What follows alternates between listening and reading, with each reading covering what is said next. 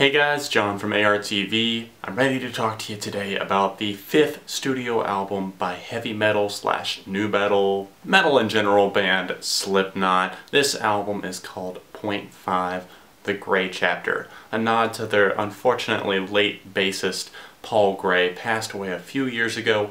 This is their first album without him, as well as their old drummer, who actually departed ways with the band on not so good terms. Joey said he was kind of blindsided by it, and the band kind of gave a different story, and both have promised more details, but we've really yet to see anything else from that. It's also notable that their guitarist Jim Roots has actually been fired from Stone Sour, which is Corey Taylor, the lead singer's other project, and he's now full-time Slipknot. I'm not exactly sure how tensions are within the band, but they've come back with a damn good record, and I'm excited to talk to you about it. It's been 6 years since all hope is gone. Slipknot, you might know, is a band that, even though I'm not really into like super heavy music most of the time and I don't often review it, Slipknot have always been an exception for me. I've loved albums like Iowa, Volume 3, The Subliminal Verses, and even All Hope Is Gone and the self-titled, but I think Iowa topping the charts for me on that list.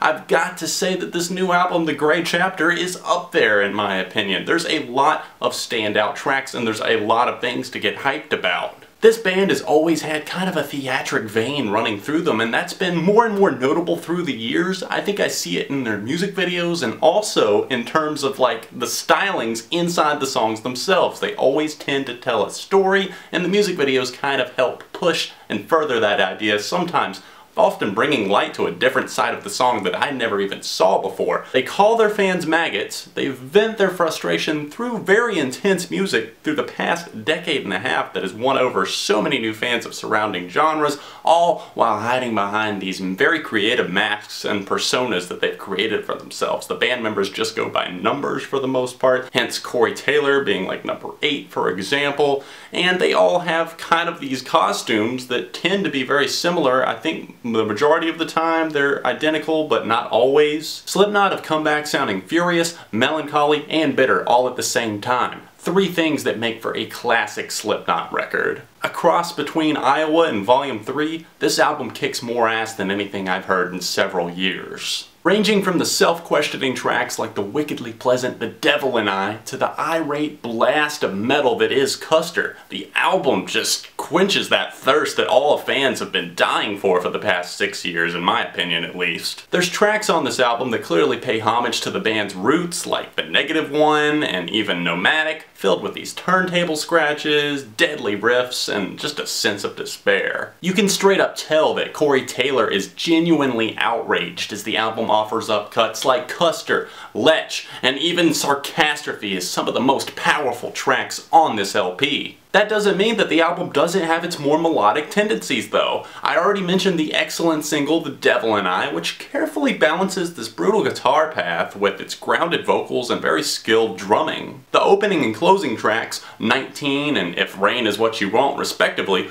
offer up some of the more personal and dare I say vulnerable moments on this record. There are some cuts on this record that just don't do it for me though. Be Prepared for Hell flat out bores me if I'm being honest. It seems like an unnecessary build-up to The Negative One, which is one of my overall favorite tracks on this record. You can see my track review of that if you would like to by clicking the link down below. Goodbye is another one that I'm not really vibing with. I think it feels like a replica of an Avenged Sevenfold song musically. The drumming on it is reminiscent of the late and great Jimmy Sullivan. There's some stale guitar riffs that just don't move this song forward in any way. However, these are minor problems in an album that, for the most part, gives us all it can musically. It just really keeps continuously driving it into us whenever I think that they're not going to be able to have anything else that they can come up with, anything else that they could speak about, anything else that they can offer us musically. The next song will always prove me wrong. If you're looking for double bass pedal drums that will ignite a fire in you, guitar riffs that will help you feel the anger in Taylor's voice, and musicianship that is clearly a result of teamwork,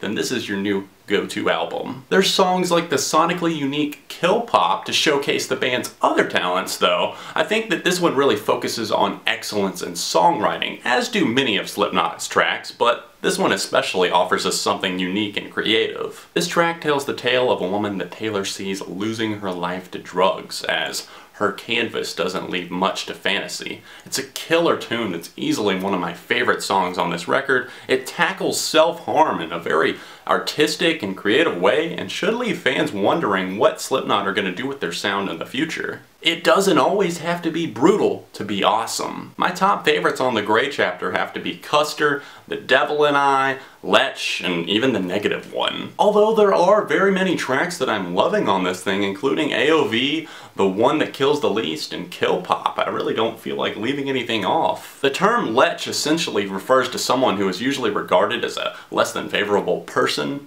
An asshole, if you will. Taylor yells in fury on the track, "To hell with your intelligence," on a track that I see as targeting individuals who put themselves on such a high horse, as if they're above everyone else. Fuck those people, and no one is bulletproof, as Taylor says. There's also some excellent instrumentation on this one, with some of my favorite guitar lines on the entire album, and some chaotic drumming and programming as the song progresses. Custer throws itself in your face hard, it's noisy, it's going to light a fire in you. Taylor warns, listener aggression is advised, before breaking into an absolutely mental chorus that really is led by this out-of-control drumming, stomp-worthy guitar as Taylor chants, "Cut, cut, cut me up and fuck, fuck, fuck me up." I'm gonna quit teasing you now though. Go hear the thing for yourself. Link down below to buy or pre-order the record. If it's already out, it's gonna be to buy. If it's not out yet, then pre-order it now. I've already done so for myself, and it's a 4.5 out of 5. I wasn't expecting this, guys. I was not expecting to like that Slipknot record this much, but here we are. One of my favorite albums of the year, definitely in the top 10 for me right now. Let me know your thoughts on the Gray Chapter in the comments section down below. Do you notice the departure of 2 members, or is it just like they've never even left and they're sounding better than ever? Let me know your opinions on the record and Slipknot in general in the comments. Hit the like button on this video and subscribe to the channel for all of my future reviews. Planning on doing a couple, and I've got an interview coming up with a recording artist that shall not be named yet. So make sure you subscribe here, and of course Beyond ARTV, my second channel. You can click that right here, click right down here to get to that. That's where the interview will be. Thank you so much for watching, and I will see you very soon right here on ARTV, Beyond the Reviews.